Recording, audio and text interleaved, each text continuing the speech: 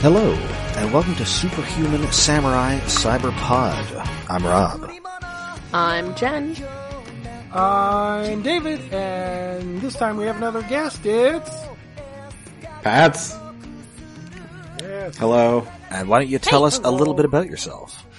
Yeah, sure. I am the host of the Cockpit podcast that you can listen to at thecockpit.net, where I and my buddy Tom talk endlessly about robots in all different forms, including Gridman. We've talked about that quite a bit. Yes. I'm on Twitter at Pat's Prime. That's PATZPRIME. So you can follow me there for random thoughts about robots and manga and sometimes pro wrestling. So yeah. Seems to be a lot of overlap. There is a lot of overlap in those things these days. Though I don't watch as much wrestling as I used to, but it's all over there's there. so much of it. It's everywhere. There is too much of it, so I don't watch most of it. I miss the Legend of the Galactic Heroes podcast. Yeah, thank you.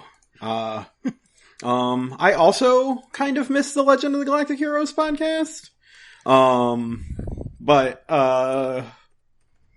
certain things, in this country politically, made things awkward for doing that show. Yeah, I'm glad I finished watching that show before politics crap. It's a funny one because I've broached bringing it back a couple times with the guys, and it's like, yeah, do you want to do this? And we're like, maybe, but no, maybe, but, and it just, maybe, I would like to, because I've never finished it. As far as I know, none of us have watched anything past where the last show that we put out is. It's a good show, but it's such a long space opera war thingy about the death and rebirth and death of democracy. It's it's a trip. Exactly. Maybe someday. How long is it?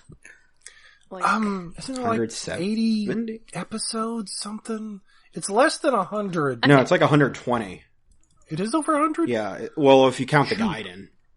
Oh, I didn't watch Gaiden. So we're not talking like One Piece long, but we are talking like longer than Mobile Suit Gundam long. Yeah. Like 2 Mobile Suit Gundams. Yeah. But also like, so densely packed with material that every character has to have a lower third telling you their name, because so many characters show up, you just need to be told who they are every time they're on screen. Mm-hmm.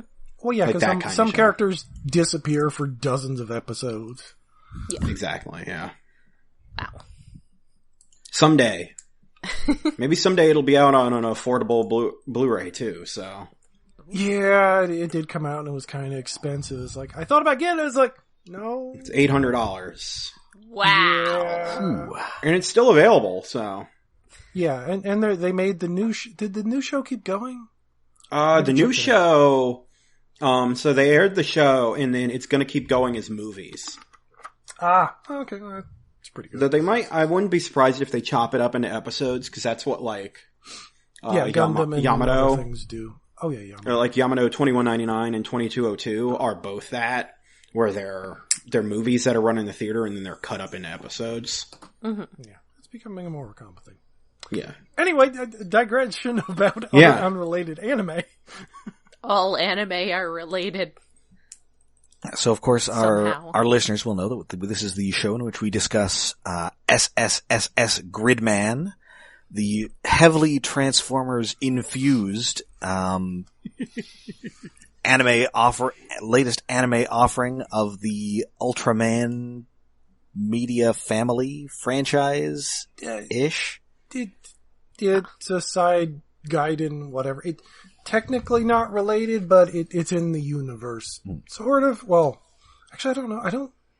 I keep forgetting to check if Gridman has ever officially crossed over with any Ultraman. I don't think it ever has, because unless it's happened in a magazine or something. Yeah, because it's like until pretty recently they didn't really like touch each other because of the sponsorship differences between the two. Oh. But it's conceptually related. Yeah. Yes. Same people worked on it. And today we are discussing episode 6, Contact. So we begin with outer space.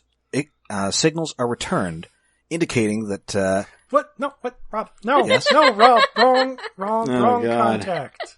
So, I mean, I know it's a common title. No, this doesn't have Charlie Sheen either. no, that was The Arrival. I'm talking about Oh, that was Contact. Arrival. I'm sorry, did I watch that Jodie Foster movie for nothing?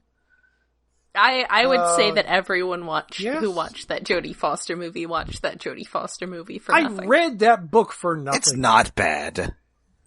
It's not bad. It's just kind of boring. It is I kind of shelved a lot of used copies of that book. No. boring. I'm guessing a lot of them came with heavily used copies of Cosmos. Yeah, there was a lot of that too. Well, as long as you didn't get any copies that also included Mein Kampf. We Because Hitler's an important fun part of that book. story. We did have a copy of Mein Kampf come into my used bookstore signed Oh, by no. like some SS officer. Yikes. What? However, that was from a collection of like a heavy duty hardcore book collector who also had like the first appearance of, or the first Silver Age appearance of Captain America that I got to touch. Yeah, there you Okay, go. I guess it could have been an ironic copy. I, of the book. was it made It out to was- my friend S. Furman? No. Sorry, M. Furman? No. It was definitely a very serious book collector had passed away and his sister was selling off a bunch of stuff, and I did not get the impression from the rest of the collection that there was any ideological reason for that, merely a historical one. Yikes. I mean, it's definitely historical. Yeah. Yeah. I mean, this was also in like 2003, so it was a little more historical then. Yeah. Anyway, I should stop digressing. yeah, this is the episode where the series goes full David Lynch. Yes, I promised you an episode. Or possibly full Dark City. Yeah. Ooh, I yeah. love Dark City. Dark City was underrated. So I need to get the lay of the land real quick. I know David's seen the whole thing because he tweeted about it. Yep. You two haven't? Episode. I have seen the whole thing. I was sort of starting off staying behind a little bit, but then I ended up just not being able to hold back from watching the whole thing. I do think that Rob has a little more, he's got a little more fortification than me as far as that goes. I've only seen these 6 episodes. Yes. Okay, cool. And also, I'm pretty slow on the uptake. Yeah, we're trying to keep him away from major spoilers, at least the last 2 episodes. I have no idea what's happening. Yeah. I mean, I'm not gonna, as far, I came into this planning to not talk past this episode, but, Yeah. I just wanted to know, where people were mentally with the show, because this episode is so heavily, there's a lot of big reveals in this episode is what I'm trying to say. It's an info dump. It reveals things. It foreshadows things that you can miss until, oh shit, I noticed a thing this episode rewatching. It's like, oh, I didn't catch that line the first time. Oh. Mm-hmm. Or at least the wording of that line. Yeah. Anyway. Superhuman samurai. Superhuman samurai. They're gonna amp it up. Take some gigabyte. They're gonna rip it up. A hero always makes the cut. So we're back at school. Previously on Gridman, everybody went to, I mean, not the beach exactly, but to do some whitewater rafting, and there was a monster and some fan service. But everybody only remembers the fan service. Yes, everyone remembers the fan service, not the monster.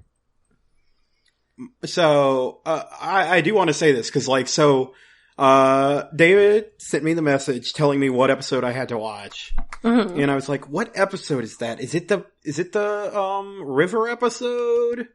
And then I checked and I was like, no, it's the one after. Damn it. Really? I mean, you could have Really? still rewatched the other one, just I mean, then I remembered which episode this was, and I was perfectly fine with it.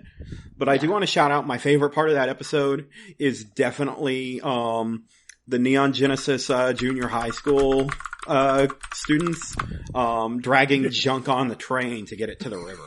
Yeah, Like that's the best part of that episode. And also them scrounging together enough money to buy it. Yes, Somehow. Pretty adorable. because I love them so much. I love They're how so good. bad they are at being people. Yeah. Yeah, we intentionally didn't have a guest on that episode. One, because I forgot, I sort of know other podcasters I could ask, like you. But also because, it's the fan service episode. I don't need to inflict that on extra people. It's a good episode still, but it's fan servicey. I would have to put my vote in for just having another lesbian on, so we could just be creepy lesbians about it. We didn't even think about that. Yeah, there you go. I should have spoken up sooner. Anyway, so yeah, they are reminiscing about the fan service, and Yuta is wondering if anybody else remembers the monster, because they don't seem to. And he does suspect that Akane does, because she said something highly suggestive to him, and not in the highly suggestive way the rest of the episode was highly suggestive, about how he, asking him whether, I could say he's transformed lately, or something along those lines. Yep. Yeah, but he's transforming. Henshin. Yes, henshin is specifically the word they use. And in this episode, it makes it quite clear that she does indeed know what the deal is. Kind of. Also, Rika is talking to her friends, Starscream and Soundwave, Namiko and Haas. And Namiko is apparently going to some kind of, tea ceremony-based workshop. It's the tea club. Yeah. Yeah, she's in the tea ceremony club, and they're going on a training camp. And Haas is also Haas and Rika are also there's a training camp. Meanwhile, poor Haas has a huge pile of homework because she is in cram school. Also, you keep calling her, I know her name is Hot, but I keep thinking of it as Hoss, which implies a giant, a hefty Hoss. cowboy. Yes, or a pig. Just call her Soundwave. Basically. Yeah. She's one of the only ones whose name never registered to me. That's a lot of it is just because it's easy to just call her Soundwave because she has the mat. She wears that sick mask, and it's for no reason. She just wears it. Yeah. Constantly. I definitely I feel like I should learn their actual names, but I can absolutely understand people who are just Rika's friends, Soundwave and Starscream. Yeah, well, I remember Haas because it's short and it sounds kind of like Hasbro. Ah. Anyway, I can't really say anything here because I've spent most of this podcast referring to the main character as Utah. Yeah, which is adorable. Johnny Utah. Johnny Utah. I am an FBI I think agent. I think I mentioned that you calling him that has helped me remember what his actual name is, so That it's is true. provided a mnemonic. Anyway, and so everybody sort of goes their own separate ways in this episode. Yeah. Utah's friend Jazz, he is at a family member's funeral. Apparently a rare death in this city that is from non-kaiju related reasons. He's sideswiped. Are we not sure Jazz. though? Yeah, as far as we know, this uncle he's could have. sideswipe, not Jazz. Oh, right, Jazz. Yeah. Oh, Jazz. Yeah, this, he could have, this random uncle could have spilled a coffee or something on Akane in the subway. And, Yeah. she just decided to, send a King Ghidorah up his ass. Yeah. I do think it's interesting considering what we learn about the world as of this episode, that it's got the depth to it. To have things like that going on, but on the other hand, I've played Dwarf Fortress and I am familiar with way, way, way too deeply programmed simulations, so it's fair. Anyway, so everybody's sort of gone their separate ways. Akane is talking with everybody's favorite trash son / murder hobo, Auntie. My baby! He's hungry. He just wants some food and to kill Gridman. Well, it's not... So one of my favorite things about Auntie is Auntie literally does not know how to function as a human being. Yeah. Yeah. And it's not in the like... And it's not like in the ironic, you're like a loser who doesn't know how to, do his laundry or something. It's in the literal, he doesn't understand the concepts of bathing or, like, really eating, other than the fact that, like, his baser instincts tell him he needs to eat. Yes. Like, he's hungry and he knows that eating makes that stop. Yeah. It's like, But, yeah, why did he you doesn't program me really- to feel pain? Kind of thing. Yeah. I mean, you do get the feeling that he is even kind of like one step below the Neon Genesis junior high kids. Because they're also very not good at being people, but it's mostly just manifests in strictly social ways. Whereas for him, it's like, he's doesn't know how to do anything. He's like if you gave a dog a human body. Yeah, I mean, we see one of the Neon Genesis students, go into a fake Starbucks and buy a beverage, which Auntie is not capable of. I do feel like probably, and I guess we would have had to pay closer attention in the last episode when they had to pool their funds. I kind of feel like Boar is the most likely to actually have some money on him at any given time. Boar and Max are definitely, like, the two most functional as people. Yeah, Max had the most amount of money and Caliber had the least, but I forget how much the other two had. Yeah, because Max is like the dad. Yeah. And like, Caliber is definitely the closest to Auntie, in that he's barely like... Yeah, like, later in the episode, when they go back into the shop, Max has to pick up Caliber's swords so he can walk through the door. Yeah. He did at the beginning try to just walk straight through a door with his swords on, and that was delightful. Yeah. So this guy was created, solely to kill Gridman, and he's just like standing outside because, well, Gridman's not around, so I can't kill him, so I'm just gonna stand here. Yeah. So she has figured out that, Utah is Gridman, go kill Utah, and that's like killing Gridman. And I do appreciate that Auntie is like, that sounds fake. Yeah, he's kind of, and she's all, well, I'll feed you if you do, and he decides to do it. Yes. She's like, come on, believe me, also, if you do it, I'll give you some food. Because she's not very good at, she's not very good at being a god. Like, you gotta at least let this guy live in the garage like the Fonz or something. Yeah, poor kid. Let him live in the backyard. I guess they don't have backyards there. Right, there's no, that is the backyard in the front, the little garden. Yes.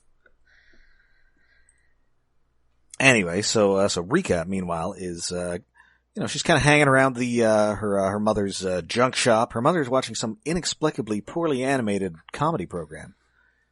Mm-hmm. Yeah, I did kind of wonder if it was supposed to be an animated show, or if it was just that they didn't want to put effort into animating it to look like it was real in this setting. Yeah, no, I think it was supposed to be like a gag because of that. Yeah, because it seemed like a stock, like, two guys stand-up comedy routine in Japan, but it's just badly animated, which was adorable. Because they don't care. It's not important. It's not a Transformers reference or any reference to Ultraman series. It's like that we figured out yet. No. Yeah. So she is. So yeah, she's bored. Yes, basically. And so she goes shopping. I'm not sure exactly what this is. Stationery or a notebook or something that she. Oh, it's a pass holder. Oh. So it's like that's why. So like, there's a clip and it shows. Like, she looks down at the pass holder, which, by the way, the clasp on the pass holder is the main. Oh, I mean, that's really the only thing I got. That is. I want one of those so bad. But it cuts they to. Were available. Expensive. Yeah, they did sell them. I need to see if I can keep an eye out for those on eBay or something. Yeah. Check Mandarake. She flashes back to Akane using just her loose, rail pass card to get on the train. Mm-hmm. And that's why she thinks to buy it, because she's like, well, she doesn't have a pass holder. Yeah, it's basically, I mean, I've seen, my nerd level is shops online Japanese stationery stores. And yeah, it's like a wallet, but a larger form factor that is meant for, women and girls who have purses and therefore don't need to shove it in their pockets. So yeah, it's basically a wallet. It's a women's wallet. The other important reference in the sequence of scenes with Rika is when she goes to the record store and she's listening to music. The song she's listening to is the opening to Inferno Cop. Aha! Oh. I was wondering about that. But it's specifically the karaoke version, if I recall correctly. Also, I was wondering what this crazy, physical audio, this physical music store... Yeah. Well, they still have those there. Still, yeah, I guess they probably also have record stores now, the way we also have record stores. What, you've never seen Empire Records? Yes, believe me, I saw Empire Records right around when my old bookstore was closing. That hit home, man. 1998. And, anyway, and meanwhile, our hero, Utah, encounters what is half creepy Japanese ghost child and half that frog girl from My Hero Academia. So adorable. Oh, I just love the shots of her being introduced, because he's walking down a dark alley and you see her backlit by the entrance of the alley. There's this tiny, shadowy, menacing figure with an ominous aura. Though I feel like I'm a little wary to assume any genders here after Boar, but I'm guessing from asking for a date that this is probably intended to be a girl. What? I didn't. I think she is specific. I think pretty sure her gender. I think. Let's check the wiki to be sure. Also, which kaiju is she related to? You don't know. She's Enoshiras or Enoshiras. Right. Enoshiras the second. Yeah. Because she's the daughter of a kaiju from episode 6 of Hyper Agent Gridman. Mm-hmm. I knew it was something specific like that, but I don't remember the details anymore. So how is kaiju reproduction done? Is this like a 1998 Godzilla thing? Who the crap knows? Wait. I mean, you people, obviously. Well, don't we know who her mother is too? Is one of these? Yes, I actually watched that episode 6 of the original live action series, where yay. What the crap's Takashi or whatever, the Kane Shinjo of that series gets angry at music coming from a music shop and then creates a monster to go attack the keyboard in the music shop. These kids and their terrible music. The monster he sends is defeated by Enoshiras the First, who's an adorable sort of half snail, half lizard music monster who just defeats this other monster, and the music shop's peaceful again. But then the bad guy of that series and Kilo-kan decide, fuck it, let's transform this monster into an evil monster with bad music, murder music. So he mutates into an evil version. Play some Black Sabbath. Yeah, Gridman goes there to beat him up, but then this little human inside... Gridman fights in a digital world that's like glowing neon building blocks against the monster. There's never any people there that you see, except for this one little digital fairy named Unison, who's just a woman who's, they call her, Compoido, which I guess is what they call digital citizens, but as far as I know, that's the only person we ever see in Gridman in the digital world. Huh. So she convinces him, no, this is a nice monster. He's a good guy. He's just been turned bad. Don't kill him. So Gridman's like, shit, I can't kill him with my sword now. But then Gridman's, his little Akane and Itsume version, play nice music on a keyboard that happens to be the instrumental version of Yume no Hero, the theme song of the original Gridman, on a piano, and that calms down Anoshiras, and then, as a reward for, thank you for not killing my giant lizard friend, Unison and Anoshiras upgrade Gridman's sword so it can combine with his shield, and then it looks like Samurai Caliber in sword mode. Ooh. Yay! Yes. And flash forward 25 years later, they had a kid, and it's this little girl. Okay, Aww. who is sometimes gigantic. Yes. Yeah, well, Yeah, she is a kaiju. She can change her size. So Does she have a music note on her shirt too? Yes. So I assume that means something. Yes, I pasted it in our Discord. Pictures. Oh, right. Words. Let me go. Get the link. So it's related to, I think Unison had the, a music note motif. Yes. Like, the shirt that, Inoshiras 2 is wearing under her jacket is the same shirt her mom wears, the same style. And with her backpack roll and her sort of braided hair is like the horns on her dad. She's a perfect combination of her dad's design and her mom's outfit. I see. It's very adorable. Yes. I don't have a good. All right, so yeah. Anyway, she makes some very enigmatic statements. She knows what his deal is. She says that gum he likes is going to come back in style. Well, no, she makes references that she knows who he is and she expects him to know, like, who she's related to, but he don't. Yes. Because she realizes he's connected to Gridman. Not, like, upset about that. But no. Yeah, she's like, oh, you forgot. Because, I kind of have amnesia. It's a whole thing. Yes. Yeah. Makes it difficult.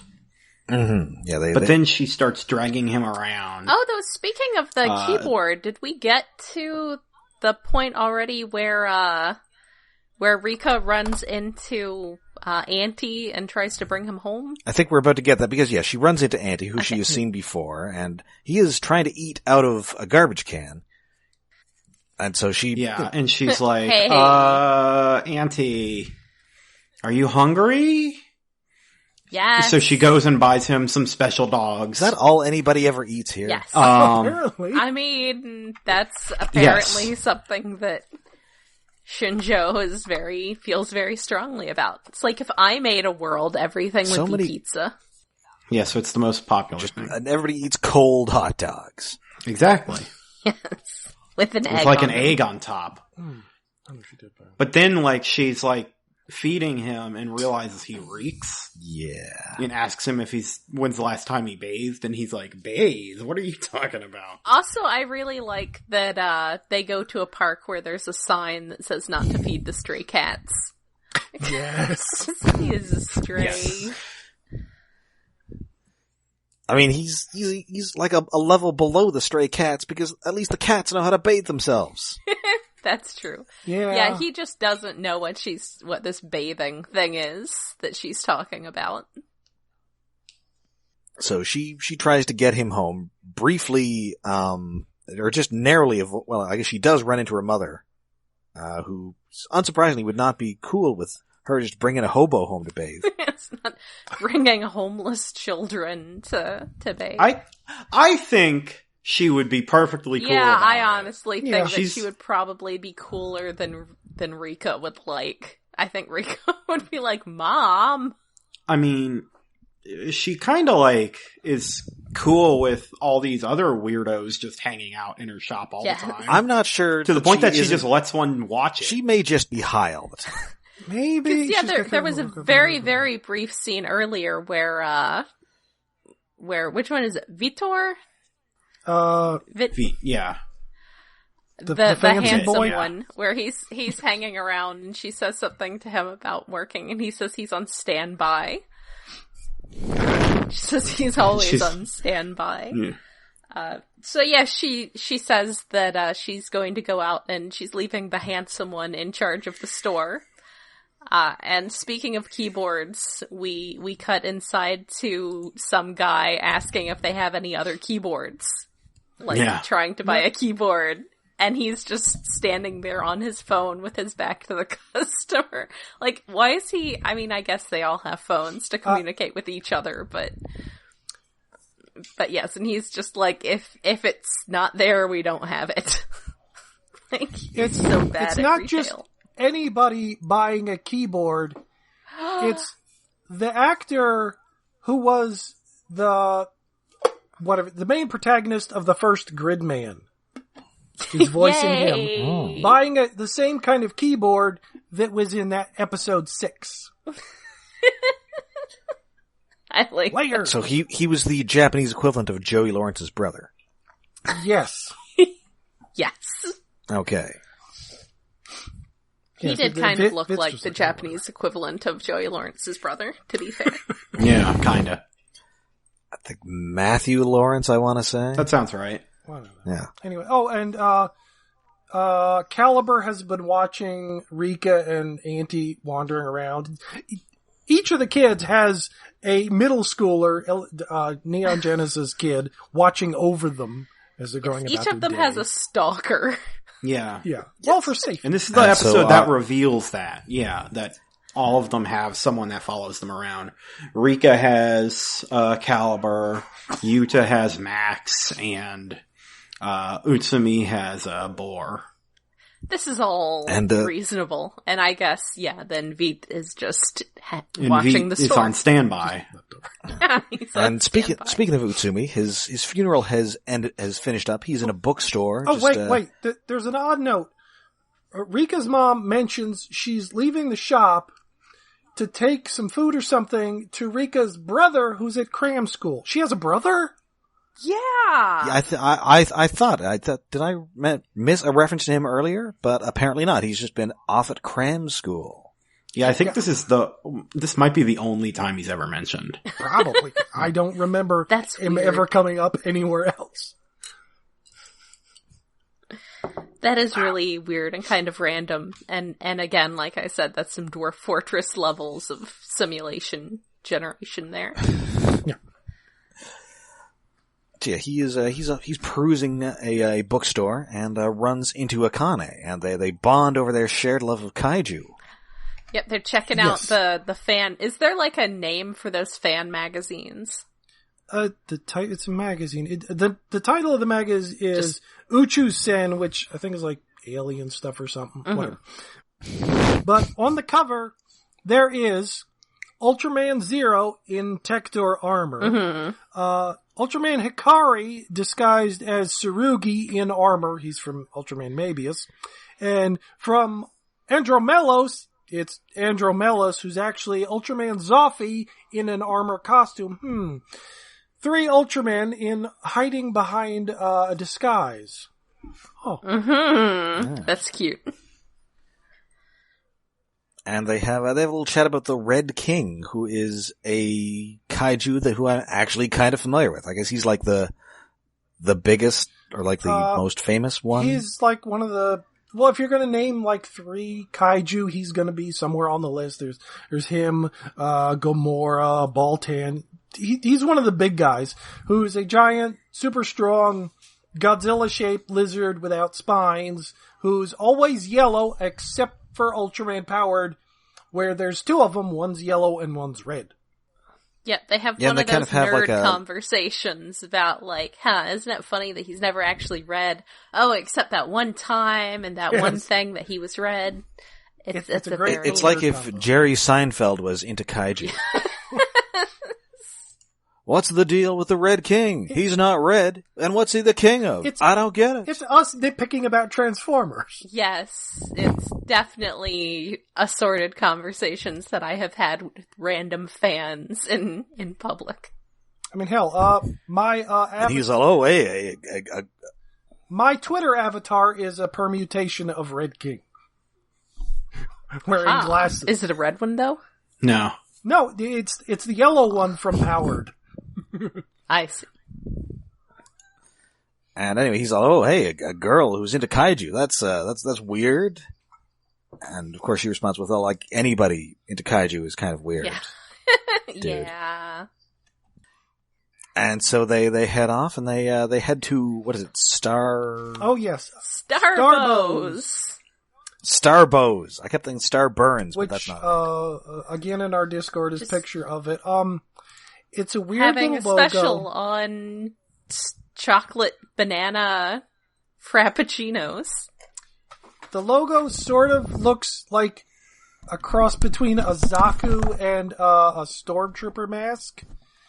Because it's a mask from an anime, or no, not an anime, a tokusatsu OVA series called Starbows, which is impossible to find any goddamn information about. So all I know is that it exists. Yeah, it's definitely apparently a deep dive. And as our guest may not be aware, I actually work part-time at a Starbucks. And I took some screenshots of this to share with my coworkers so they could see anime knockoff Starbucks. I would say also none of these kids are actually drinking coffee. Come on, you bunch of posers. Well, but Bored we see drinking a Frappuccino later. Yeah, that's not coffee. That's a milkshake. Well, basically, yeah. I will also drink straight espresso shots off the bar, so I'm obnoxious. Oh. But yes, they go to, it's a very pretty and also fairly accurate looking Starbows, with the logo, which yes, is that, at first I thought it was just like a Zaku helmet, but yeah, then someone pointed out that it's from this very obscure, apparently, tokusatsu show. And then it's got like the lettering on the window and it just looks very nice. But yes, then Boar is sipping on a Frappuccino nearby. So yeah, Boar's gotta have some money. I don't know about in Japan, but that's like $5 drink right there. Oh. So. Yeah, I mean, Boar's hustling somehow. I think the other two have the refreshers, which are like the fruity drinks that children get. And adults who feel like they should go to Starbucks but don't actually like coffee. This is a podcast, so you can't see it, but my hand's actually up right now. I don't like coffee. That's fine. Don't go to Starbucks. Yeah. Well, sometimes people I know are going there, so I go with them. Okay, that's fine. Well, they do have... and so I gotta be like the coffee designated driver. Yeah, there are various that sounds fruit reasonable. drinks. Occasional I drink occasional Frappuccinos, but otherwise no coffee for me. Mm-hmm. Too much of a I buzz. enjoy an iced tea every now and then. Mm-hmm. Yeah, you can get some tea. But I mean, I guess they are like 15 and probably shouldn't be chugging espresso. Anyway, so this conversation starts taking a turn for the weird, where she's really pressing as to whether, whether Utsumi knows what the deal is with his pal Utah. It is a little bit like how she was leaning really hard on Rika a couple episodes ago to a weird degree, which, we, the viewers, know why she's doing this, but the poor characters are like, why are you stalking my friend? And, it sort of gets to the point where it's like, is she gonna kill this guy? Is she okay? I mean, we haven't seen her kill anybody not via monster before, but she's also kind of nutty, so it's not impossible. Yeah. But she prefers to do things at a remote, like send off her little pet kaiju to go kill a dude.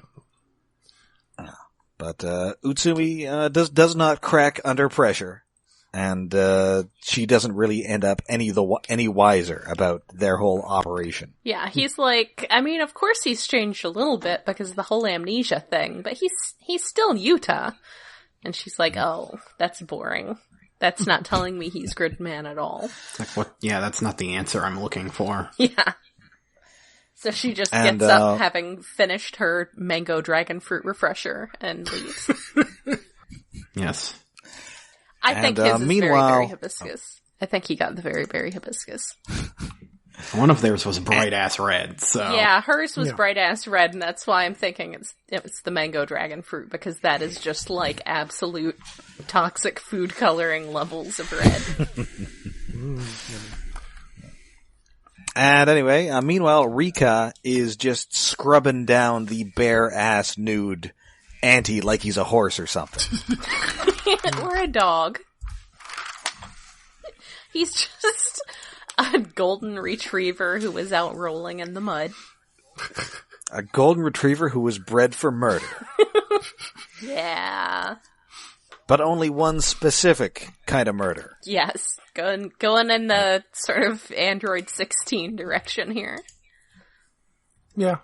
Oh yeah, that is a good parallel.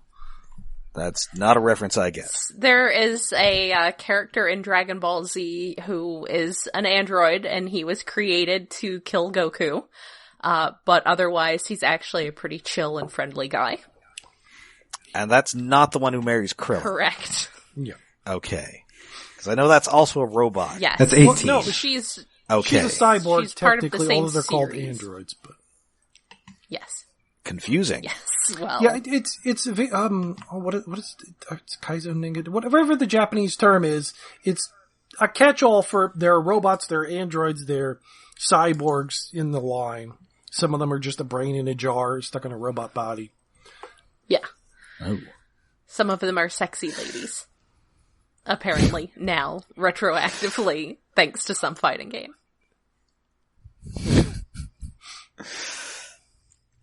Anyway, meanwhile, I guess the true meat of the episode is happening with Yuta and this mysterious kaiju girl. Yes, because who's dropping all first sorts of truth bombs on him. Well, Yeah. before that, first, she takes him on a date to the bench that's the exact same one where Rika and Auntie were eating their special dogs.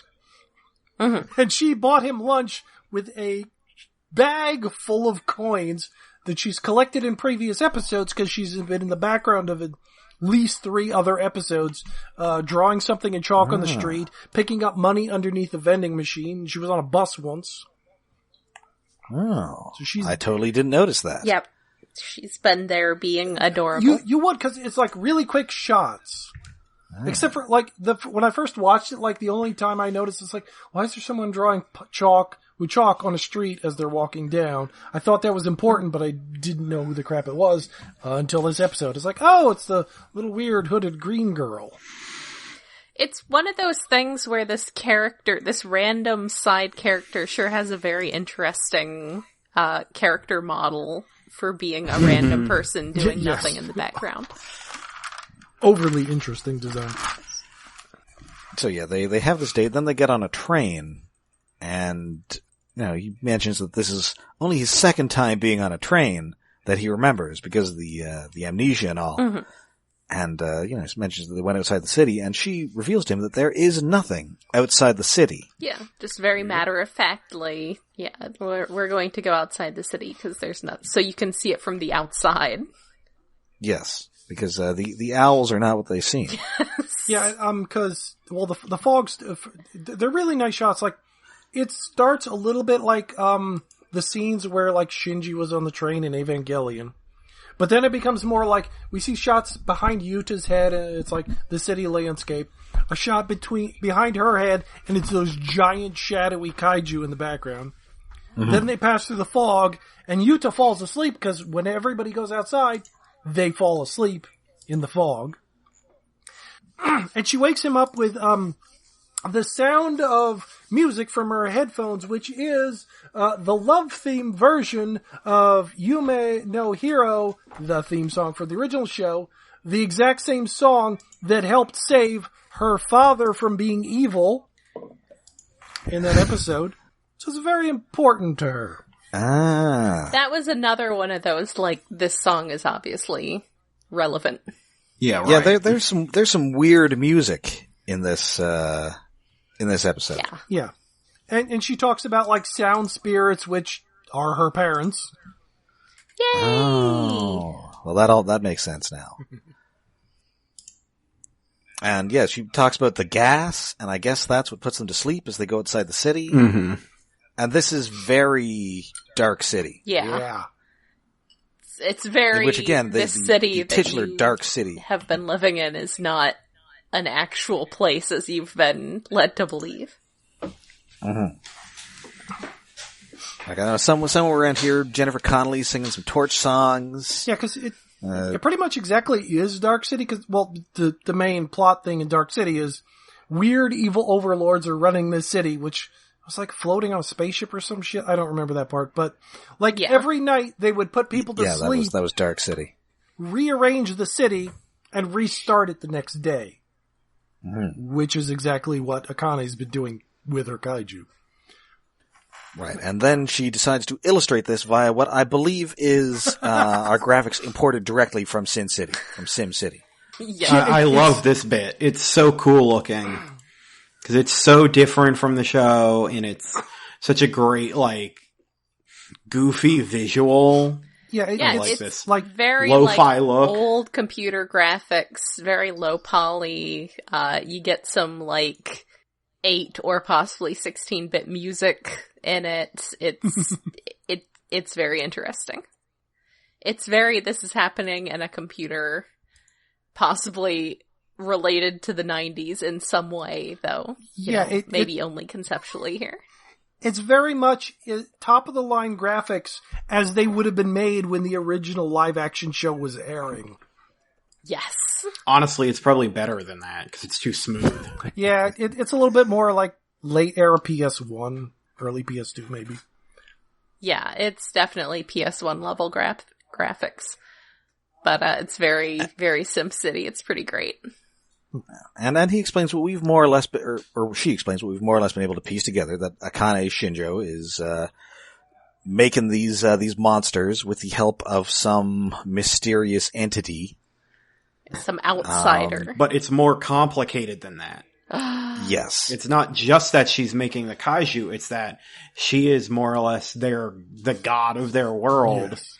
Yeah, it's the kaiju attacks are her way of resetting the world and fixing things she doesn't like. Like people.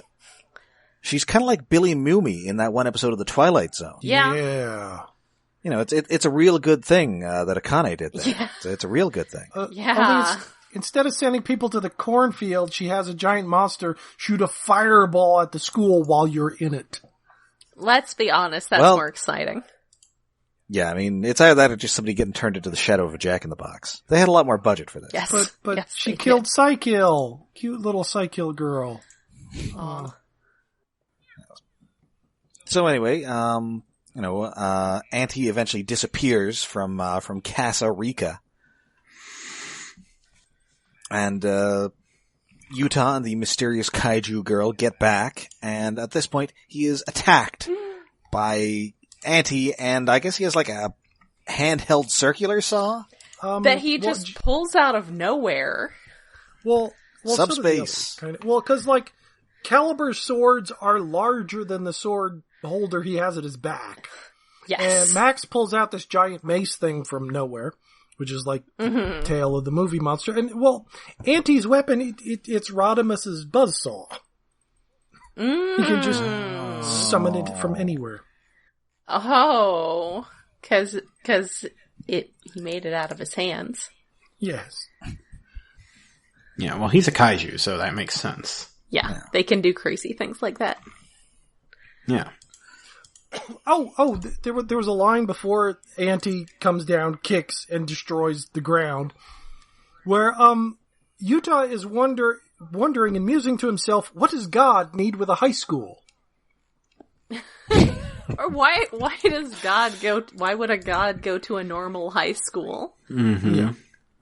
Like, I mean, I suppose part of the implication there is that you would think that, you know, a god would be going to, like, the special magnet school. Or the gods above being in school. Yes, that too. So anyway, this is where we have our episode's almost obligatory fight scene. Yeah. Auntie battles the Grimlock guy and the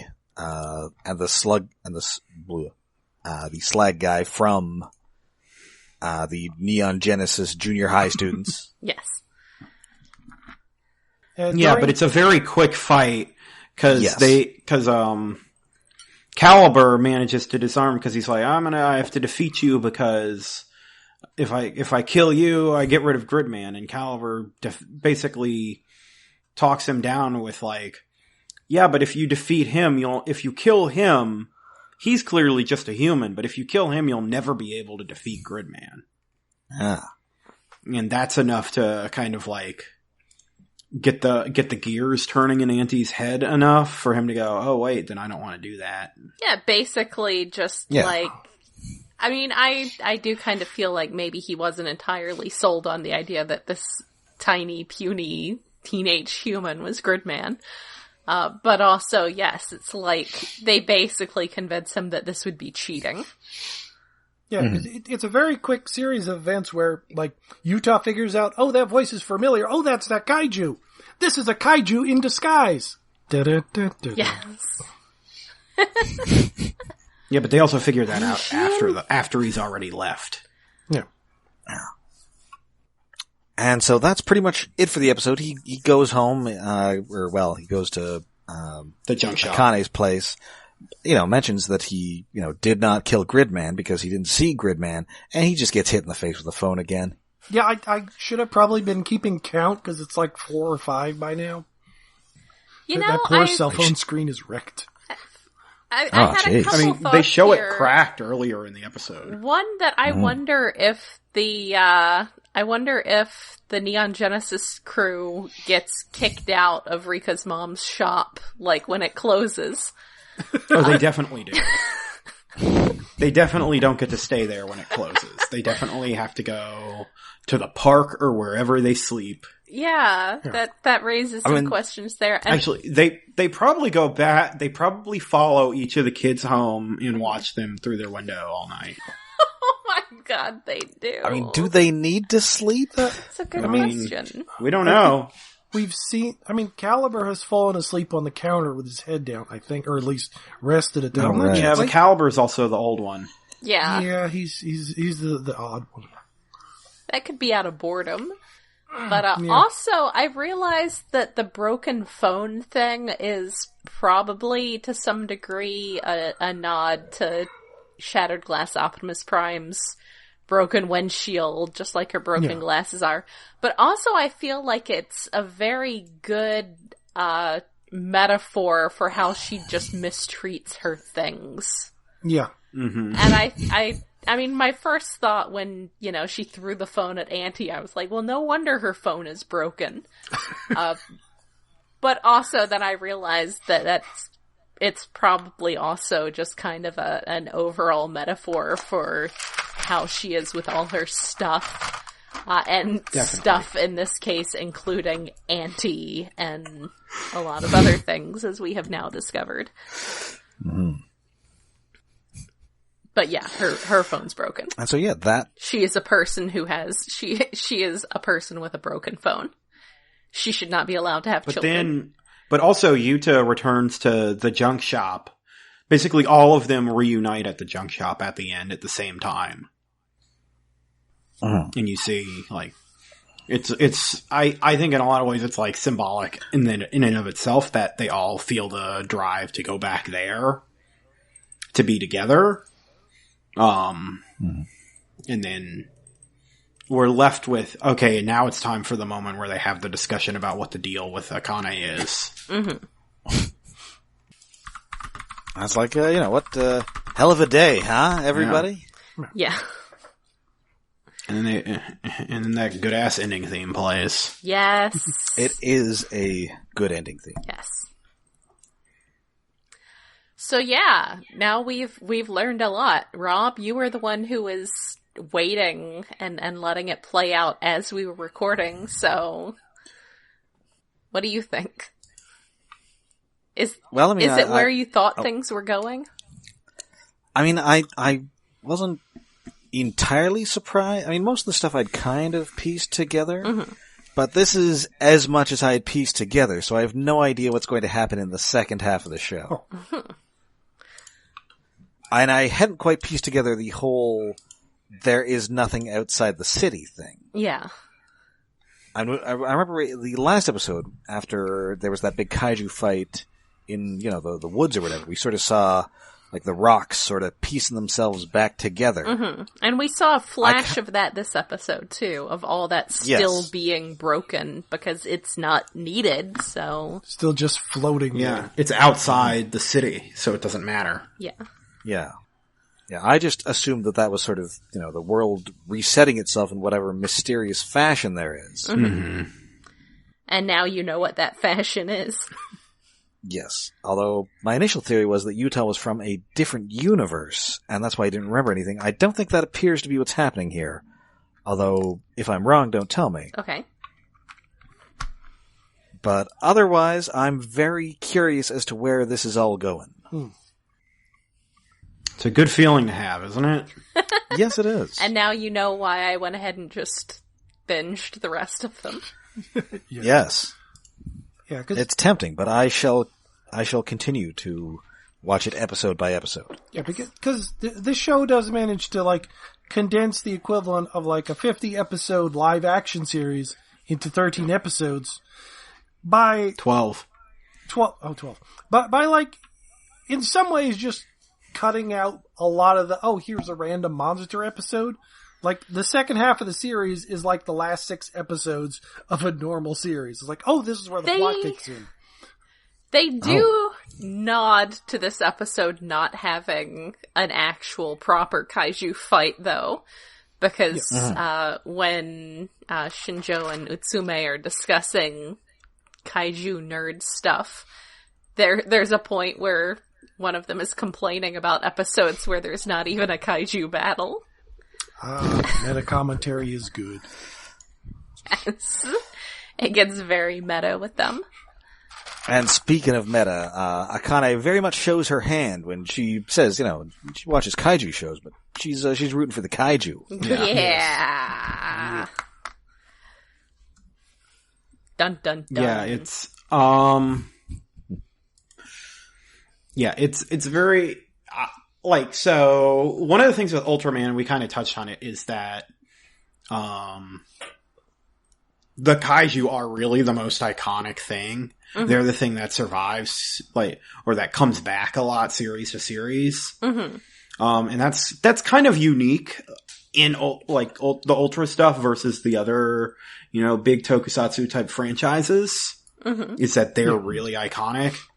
And so it's not actually that weird for there to be someone who's just a kaiju otaku. Mm-hmm. And that's her thing is very amusing.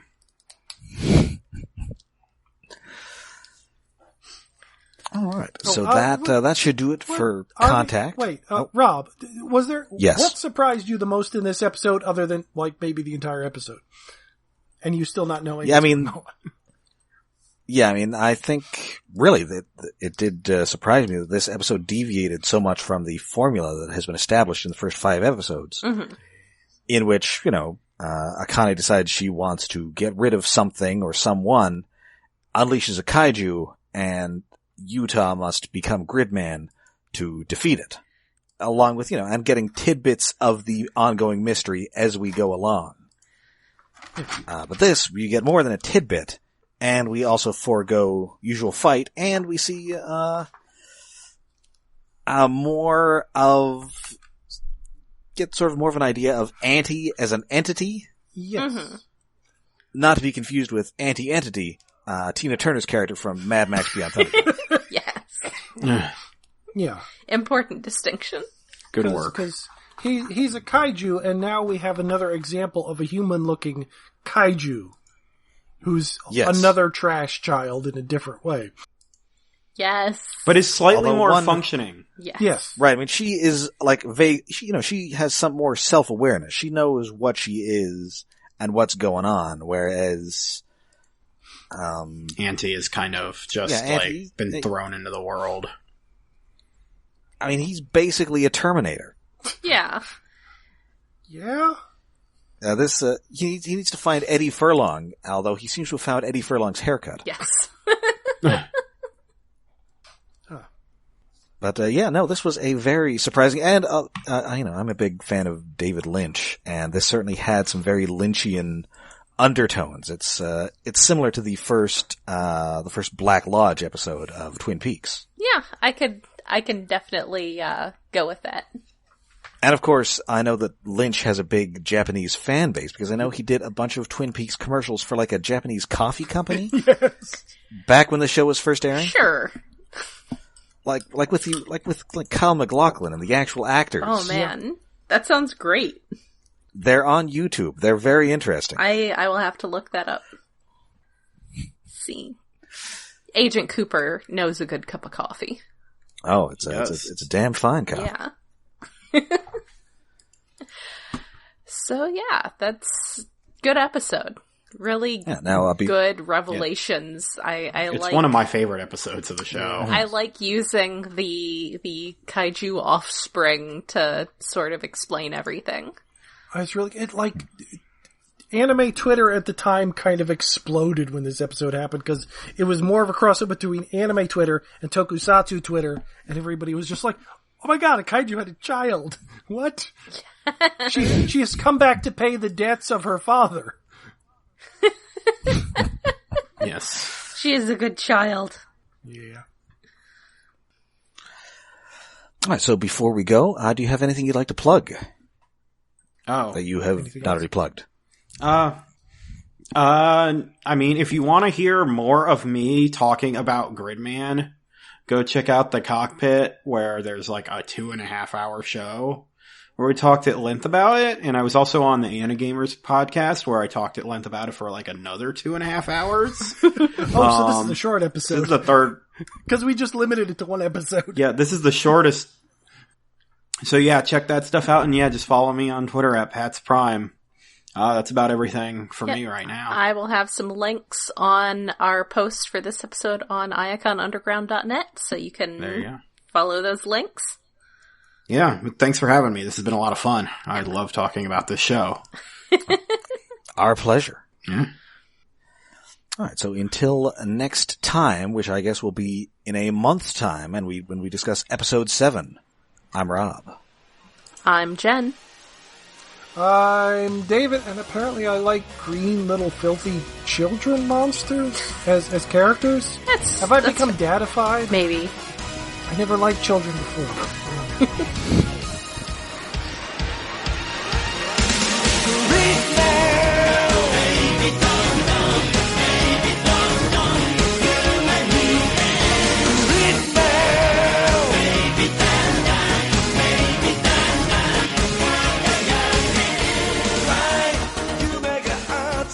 Oh, hey guys, I need a second. My cat is demanding an escort to the outside, and if I don't deal with it, we're going to have a lot of meows to edit out later. So I need meows are just a cute. moment. Yeah, they are pretty cute. Come on. We did skip over a spot where they're cutting back and forth between the long exposition dump from the little adorable kaiju girl to when Atsume and Kane are in the shop, and there's meta commentary about how episodes are boring when they don't have any kaiju in them. Mm-hmm. Which was nice. Although technically this does have one new kaiju, we just don't see her full kaiju form. If she even has a kaiju form. Other than just huge little girl. Menacing with a giant evil smile in an alleyway. Oh, I love that shot so much. It's just, it's creepily on edge and claustrophobic. Mm-hmm.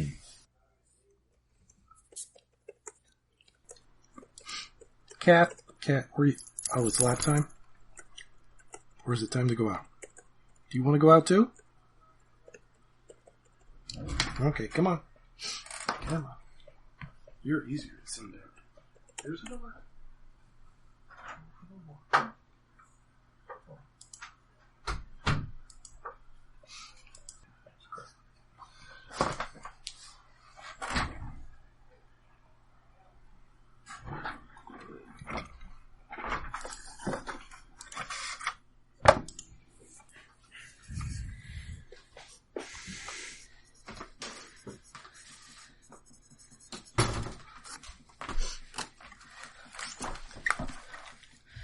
Okay, my cat has been dealt with.